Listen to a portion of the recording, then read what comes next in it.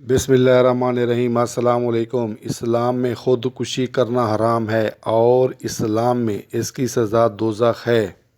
حضرت صلی اللہ علیہ وآلہ وسلم نے ارشاد فرمایا، نمبر 1، جس شخص نے اپنے آپ کو پہاڑ سے گرا کر مارا اس کو دوزخ میں بھی گرایا جاتا رہے گا اور وہ ہمیشہ دوزخ میں رہے گا۔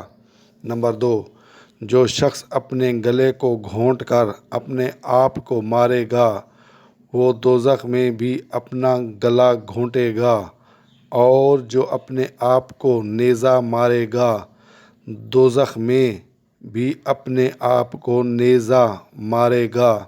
نمبر 3، جس شخص نے زہر کھا کر جان دی دوزخ کے اندر بھی زہر کا پیالہ اس کے ہاتھ میں ہوگا اور وہ ہمیشہ دوزخ میں رہے گا۔